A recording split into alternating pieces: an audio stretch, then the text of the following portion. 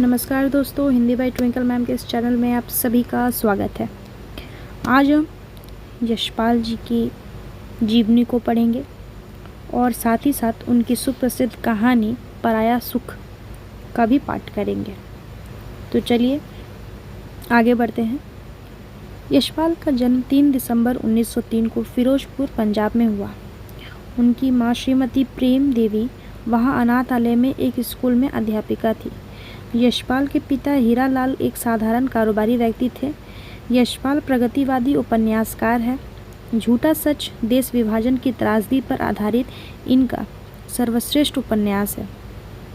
क्रांतिकारी गतिविधियों में शामिल होने के कारण इनको जेल भी जाना पड़ा था और जब ये जेल से मुक्त होकर आए तो इन्होंने विप्लव मासिक पत्र निकाला। यशपाल ने पिंजड़े की उड़ान और वो दुनिया की कहानी जेल में ही लिखी थी। यशपाल प्रसिद्ध कहानीकार भी है। कुल 206 कहानियाँ उनकी मानी जाती है। उनकी समस्त कहानियाँ 17 कहानी संग्रहों में ही प्रकाशित हुआ है।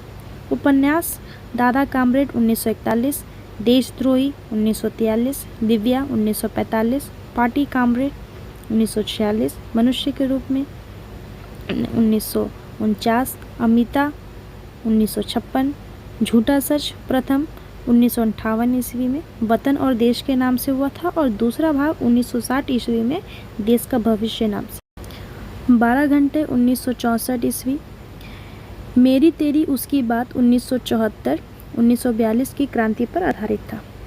इनकी प्रसिद्ध कहानियों पर हम ध्यान देंगे। मकरेल, सन्यासी, दूसरी नाक, निर्वासिता, ज्ञानादान, तर्क का तूफान, अभिशप्त, रोटी का मोल, आदमी का बच्चा, शंभुक, भस्मावृत, चिंगारी, फूलों का कुर्ता, डॉक्टर जीत की हार। कहानी संग्रह पिंजरे की उड़ान 1939, वो दुनिया 1941, तर्क का तूफान 1943, ज्ञानादान 1943, अभिशप्त 1944, भस्माकृत चिंगारी 1946, फूलों का कुर्ता 1949, धर्मयुद्ध 1950, उत्तराधिकारी 1951, चित्र का शीर्षक 1952, तुमने क्यों कहा कि मैं सुंदर हूँ 1954, देवा की माँ 1955, ओ भैरवी 1958, सच बोलने की भूल 1952, खच्चर और आदमी 1965, भूख के 3 दिन 1968, लैंप रोड 1979। निबंध संग्रह हम देखेंगे।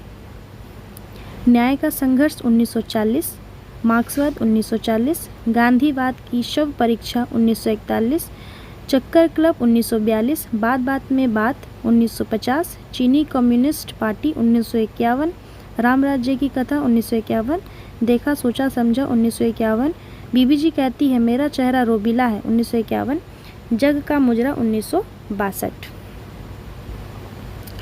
आत्मकथा पर ध्यान देंगे।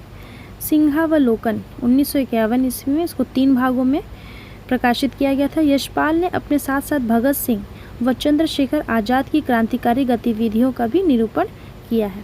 संस्मरण हम देखेंगे कि ये पहला संस्मरण के कुछ संस्मरण 1990 में, फिर यात्रा संस्मरण है इनका लोहे की दीवार के दोनों ओर 1953, राह बीती 1956, रूस में 46 दिन 1990। पुरस्कार देखेंगे। देव पुरस्कार 1955, सोवियत लैंड नेहरू पुरस्कार 1970, मंगला प्रसाद पारितोषक 1971 और पद्म भूषण भी इनको मिला था।